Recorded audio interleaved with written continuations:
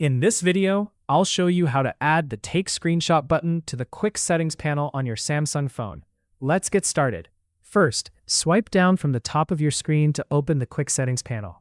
Then swipe down again to expand it and view all the available quick setting icons. Now tap the pencil or edit icon in the top right corner. The edit screen will open. Tap Edit under the top section. Next, scroll through the available options until you find Take Screenshot. Tap Take Screenshot to add it to the top row.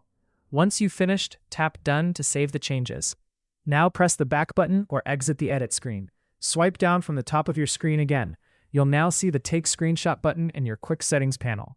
Simply tap it whenever you want to capture a screenshot without pressing any physical buttons. And that's how you can add the Take Screenshot button to the Quick Settings panel on your Samsung phone.